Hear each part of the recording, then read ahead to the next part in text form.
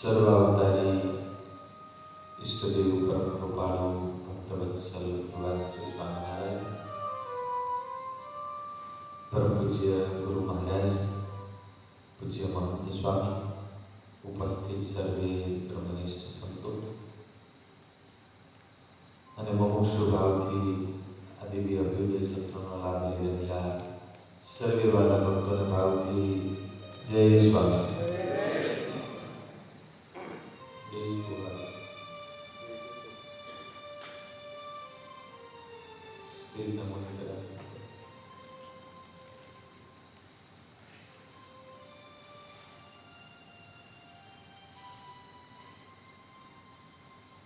અભ્યુદય સત્રના માધ્યમથી વાલા ભક્તજનો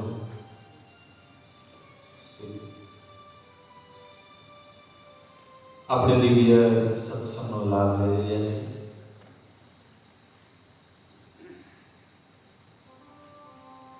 સ્વામિનારાયણ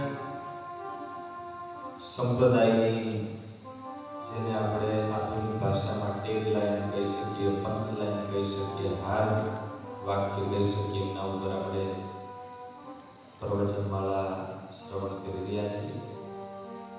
સેવા મુક્તિશ્ચ ગમ્યતા, એને આપણે આધુનિક ભાષામાં પૂજ્ય ધર્મવલ્લભ સ્વામી સૂત્રથી કહે છે કે ઓ માય ગોડ યુઝ. આજનું કાર્યનું સાતમું વચનામૃત પણ કંઈક એ જ ભાવને પુષ્ટ કરનારું હતું. ભગવાનની સાથે સંબંધ પછી સમર્પણ, અને સમર્પણમાં સેવક ભાવ સાથેનું સમર્પણ. આત્યંતિક મમતાની વાત પૂજ્ય સ્વામી કરી. ગઈકાલે આપણે સંબંધ ઉપર થોડી ચર્ચા કરી કે ભગવાન સાથેનું આપણું રિલેશન છે. તમારો રિલેશન તો કોઈને 15 વર્ષ થયા છે, કોઈને 20 વર્ષ થયા છે, કોઈ નવા ફ્રેશર હશે તો 2-3 વર્ષથી રિલેશન મેરેજ થયા છે. ભગવાન સાથેનું આપણું રિલેશન છે એ અનાદિનું છે. એ ભૂલાઈ ગયું છે, એ ખાલી યાદ કરીને એને પાકું કરવાનું છે. મહારાજ ગઢડામાં બિરાજતા હતા, એમાં જેવા દયાળુ ભગવાન હતા કે પોતાના ભક્તોની બધી પ્રકારે કેર કરતા. મહારાજ એવું મિશન ઉપાડેલું. મહારાજે બધા સંતોને પણ કહેલું કે તમે જ્યાં જ્યાં ગામડે વિચરણ કરવા જાઓ, હરિભક્તો મળે, કોઈ ભાવિકો મળે તો એમને કહેજો કે આવતા વર્ષોમાં દુષ્કાળ પડવાનો છે, વરસાદ થવાનો નથી. એટલે પૈસા હોય તો પૈસામાંથી દાણા ખરીદી લે, અનાજ ખરીદી લે, સ્ટોરેજ કરી લે. જાજા પશુઓ રાખતા હોય તો એને ઓછા કરી નાખે. ગઢડામાં મહારાજ બિરાજતા હતા. જે કોઈ હરિભગત આવે દર્શને મહારાજ ખબર અંતર પૂછે અને પછી મહારાજ આ વાત કરે. મહારાજ કે ભગત, આવતા વર્ષે દુષ્કાળ પડવાનો છે, માટે અનાજનું સ્ટોરેજ. એમાં મેથાણના પૂંજાભાઈ અને કાકાભાઈ બંને દરબારો, ગામધણી દરબાર, સુખી સંત અને મહારાજના સારા ભગત. બિહારીલાલ મહારાજે પ્રસંગો સરસ હરિલીલા બુકમાં લખ્યું છે. જય જય આવતા હરિજન તેઓને કરે પ્રાણ જીવન. જય જય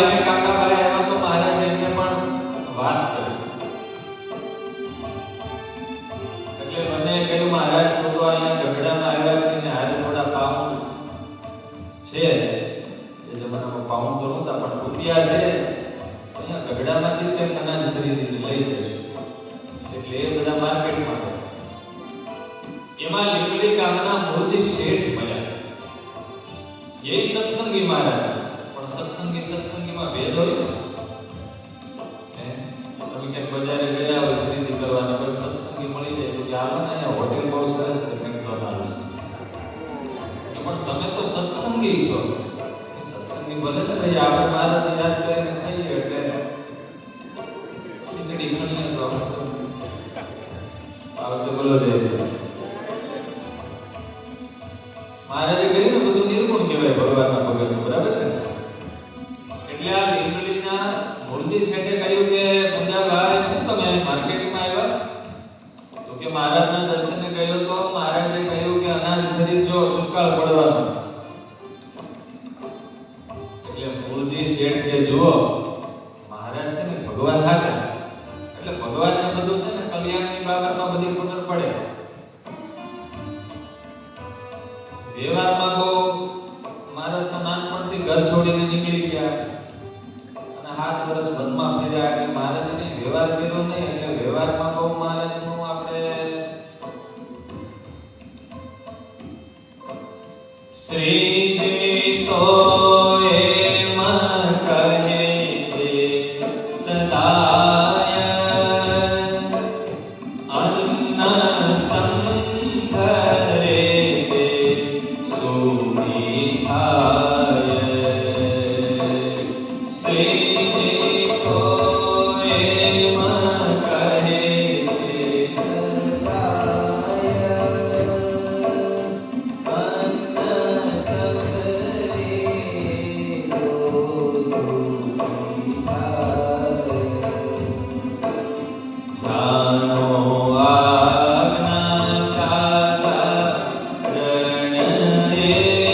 હર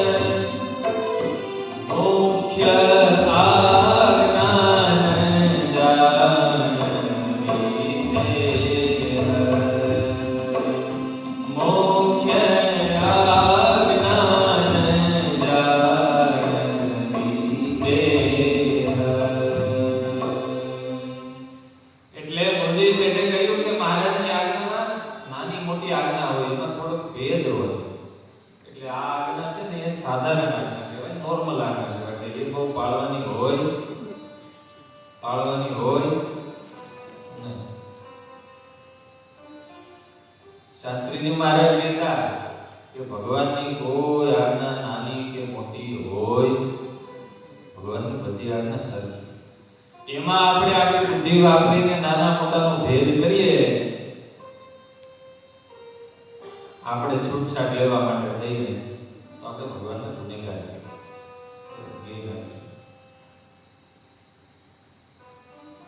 પણ મૂળજી શેઠ સાથે થોડું એક, એટલે પૂજાબાઈને થયું કે શેઠ કે છે તો શેઠ મોટા છે તો એ વ્યવહારમાં જાજુ જાણે એની વાત સાચી, એટલે અનાજ ખરીદ્યું ને. રાત્રે દરબારગઢમાં રોકાણા, સુતાને સ્વપ્ન આવ્યું. સ્વપ્ન શું આવ્યું? એવો દુષ્કાળ પડ્યો અને લોકો તરફડે છે રોટલો માટે.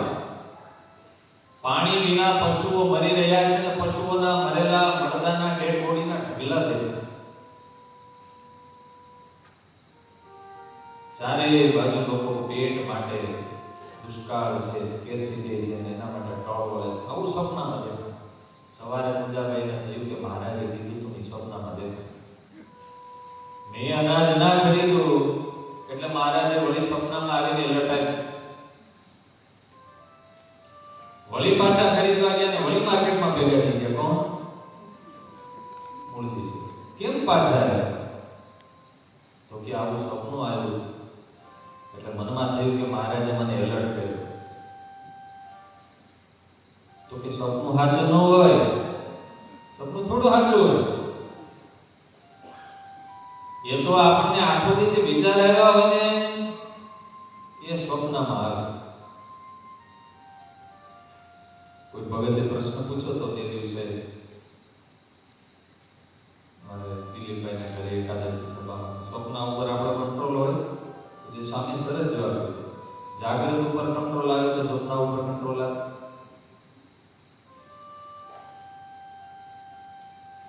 તો મૂળજી શેઠે કહ્યું સપનું સાચું ના આવે એટલે પૂજાભાઈએ વળી માંડી વાળી. મનમાં થયું હવે મહારાજ પાસે રજા લેવા જાવી, નહીતર મહારાજ વળી પાછી આજ્ઞા કરશે, એટલે બારોબાર નીકળી. ઘરે ગયા, એમના સિસ્ટર બેન, એને બહુ સારો સત્સંગ, પૂજાભાઈના બેન. મહારાજે એમને દર્શન દીધા કે આપ તમારા ભાઈને ચેતો, અમારું માનતા નથી. એટલે બેને પણ કહ્યું કે મને મહારાજે દર્શન દીધા, તમે મહારાજની આજ્ઞા પાળો. પણ જીવ એવો અભાગ્યો છે ને, એને ભગવાનનું મનાતું શાસ્ત્રની જે આજ્ઞા છે, મહારાજે શિક્ષાપત્રીમાં લખ્યું, ये पालयन्ति मनुजा शास्त्र प्रतिपादिता सदाचारं सदाचत्र परत्र च महासुख. महाराज के આ મારી શિક્ષાપત્રી પાળશે એ આ લોકમાં સુખી અને પરલોકમાં સુખી, પરિવારમાં સુખી, વ્યવહારમાં સુખી, વ્યક્તિગત જીવનમાં સુખી, હેલ્થમાં સુખી.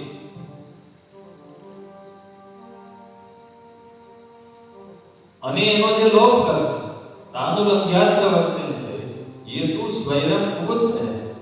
महाराज के आलोक में दुखी ने परलोक में दुखी થશે. બેને કહ્યું કે મહારાજે દર્શન દીધા છતાં પૂજાભાઈને પેલા શબ્દો, આમ તો કુસંગના શબ્દો કહેવાય ને, સ્ટોરેજ કર્યું. મનમાં થયું કે કઈ વરસાદ ન આવે કે દુષ્કાળ પડે એવી એક ઘાણી દેખાતી નથી, કેટલા વર્ષોથી દુષ્કાળ પડ્યો નથી. અને ખરેખર થયું એવું કે દુષ્કાળ પડ્યો, એવો કારવો દુષ્કાળ પડ્યો. ઇતિહાસમાં પણ, ગુજરાતના ઇતિહાસમાં પણ લખાયેલો છે, મેઘાણીની કલમ.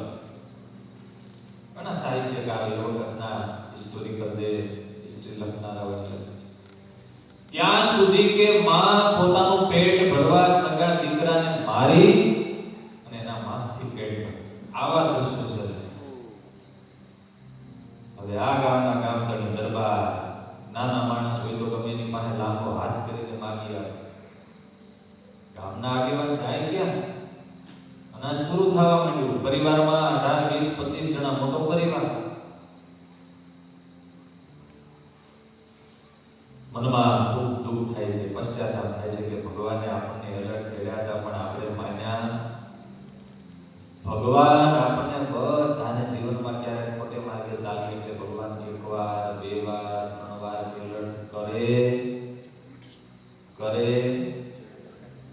કરે જ. કારણ કે આપણે એના છીએ. તમારો દીકરો ખોટું કરતો હોય તો તમે જે એલર્ટ કરો. આપણે મહારાજાએ સંબંધ બાંધ્યો છે. આપણે કદાચ દીકરો કદાચ એમ ન માનતો કે અમારા બાપ છે, પણ બાપને તો ખબર છે ને અમારો દીકરો છે. સમજાય છે ને? ભગવાન એલર્ટ કરે છે એ સાબિતી છે કે ભગવાન સાથેનો આપણો નાતો છે આજકાલનો નથી, અનાદિનો છે. આપણે ભલે ભગવાન આજે કે ને કે ગર્ભમાં હોય ત્યારે બહુ પીડા થતી હોય ને પછી ગર્ભમાં જ્યારે આત્મા હોય ત્યારે જીવ ભગવાનને પ્રાર્થના કરે, હે ભગવાન આમાંથી તમે મુકાવો ને તો પછી આખી જિંદગી તમને જ યાદ કરીશ. અને ભગવાન દયા કરી કે ગર્ભમાં પીડા ન હોય. એવું કહેવાય કે મૃત્યુ અને બાળક વચ્ચે એક દોરાવાનું અંતર હોય. એટલે ભગવાન દયા કરે અને દયા કરીને પછી જન્મ આપે. એટલે જન્મતા વેત બોલો એટલે હું કે હું અહીંયા તું ત્યાં ઠાકોરજીને એમ કે છતાંય ભગવાન એની કેર કરે છે. આ બાજુ પૂંજાભાઈ તે તો મહારાજને ખરાને ભગત મહારાજને પ્રાર્થના કરે છે અને મહારાજને ગઢડામાં ચિંતા છે. કેવા દયાળુ ભગવાન છે. મહારાજ કોઈને કયા વિના મહારાજ છુપા બેસે રહેતા. કોઈને કયા વિના બ્રહ્મચારીને પણ ના કહ્યું, દાદા ખાચરને ના કહ્યું. એકલા ખુલ્લા પગે વિધાઉટ શૂઝ ચાંખડી અડધી રાતે મહારાજ ગઢડાથી ચાલતા હતા. ક્યાં ગઢડા અને ક્યાં મેથા. આખી રાત કન્ટિન્યુ એટલી સ્પીડથી મહારાજ ચાલ્યા. સવારનું ટાણું થયું તો મહારાજ મેથામાં પહોંચે. ભગતની રક્ષા કરવા, ભગતને દાણાની શોર્ટેજ થઈ તો એને મદદ કરી. મેથાણ ગામમાં આજે પણ એક પ્રસાદીનું તળાવ છે. તળાવને કાંઠે એક વૃક્ષ, ત્યાં ઓટો મહારાજ આવીને થાક્યા હતા. આખી રાત જાય મહારાજ બેઠા છે. સવારનું ટાણું થયું એટલે ગામના લોકો ત્યાંથી નીકળવા માંડ્યા. હવે તમારા ઘરની બહાર કોઈ બેઠું હોય 15-20 મિનિટથી તો આપણે પૂછીએ તો ખરે ને ભાઈ કોનું કામ છે. એટલે કોઈએ પૂછ્યું ગામના કોઈ વ્યક્તિએ કે કોનું કામ છે, તમે કોઈ ગેસ્ટ લાગો છો. એટલે મહારાજ કે આ અમે મહેમાન છીએ. તો તમારા અહીંયા કોણ હગારે છે? મહારાજ છુપા બેસે આવેલા. પૂંજાભાઈ ને કાકાભાઈને જે સમાચાર આપવાના નહોતા એટલે મહારાજ એનું નામ ના દીધું. મહારાજ કે દેવશંકર અને કૃષ્ણજી કરીને બીજા અમારા બે બ્રાહ્મણ સંબંધી રહે છે. એટલે પેલા ભાવિકે કહ્યું કે કંઈક તમે તમારું નામ ઠામ આપો તો અમે જઈને એને મેસેજ કરી કે તમારા કોઈ ગેસ્ટ આવ્યા છે ને એરપોર્ટ પર બોલો રાહ જુએ છે. મહારાજ કે તમે દેવજી અને કૃષ્ણજીને કહેજો, નામની જરૂર નથી. એને એમ કહેજો ને તમારા વાલા હગા આવ્યા છે. કોણ એવું છે? એટલે પેલા ભાવિક કહે આ બ્રાહ્મણ ભક્તોને કહે અને જઈને કહ્યું કે દેવજીભાઈ એ તમારા કોઈ ગેસ્ટ આવ્યા છે અને ગામને તળાવને કાંઠે સવારના રાહ જોઈને વેઇટ કરે છે તમારે. એટલે ત્યાં તો કૃષ્ણજી સાંભળી ગયા એટલે કે છે કોણ અમારા ગેસ્ટ? કઈ નામ ઠામ કઈ નામ આપો. તો કે મેં નામ પૂછ્યું પણ એમણે કઈ નામ આપ્યું. તો કે પણ કઈ પરિચય તો કઈ આપ્યો હશે. તો કે આ એમણે એમ કહ્યું કે એને જઈને કહેજો કે તમારા વાલા હગા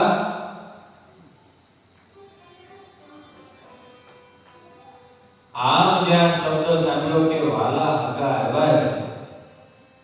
બિહારીલાલજી મહારાજ લખે છે બંને ભાઈને પહેલો વિચાર આવ્યો સગા વિશે વાલો સગો તમારો જે જરૂર કેવાય બેઠા તળાવ તટતે છે આવે ઘેર જો તેડવા જાય.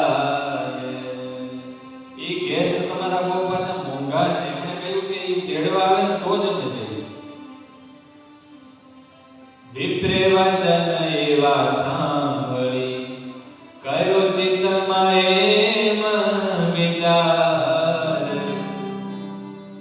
વાલા સગા વૃષનંદ છે એક આવ્યા હશે હઠાર. બંને ભાઈને એક જ વિચાર થયો કે વાલા આગળ તો કોણ છે? મહારાજ છે ને મહારાજ આવ્યા છે. બંને ભાઈ દોડતા મહારાજની પાસે આવ્યા. મહારાજને દંડવત કરી, પ્રણામ કરી, મહારાજને વિનંતી કરીને પોતાને ઘેર.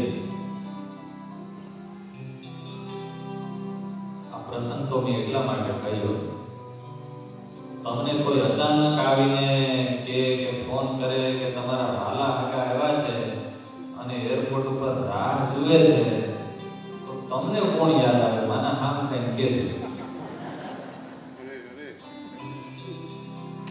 કોણ યાદ આવે?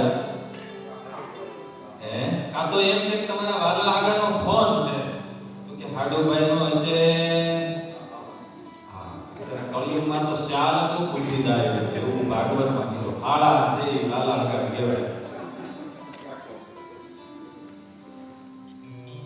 બસ આટલું જરા આપણે, મહારાજે જાજુ નથી માંગ્યું, ઈ તોડવાની મહારાજે તે તો હારી વાત છે. ત્યાં જેવું છે મહારાજ કે એવું થઈ જાય તો કામ. મન નવરું પડે ને ક્યારે, ત્યારે ક્યાં જાય?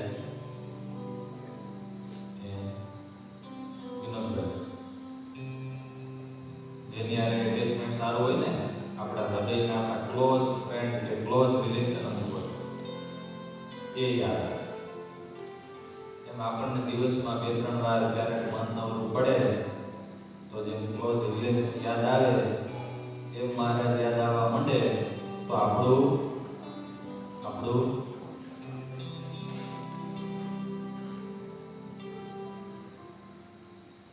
કમ્પલસરી છે કે ઓપ્શનલ છે?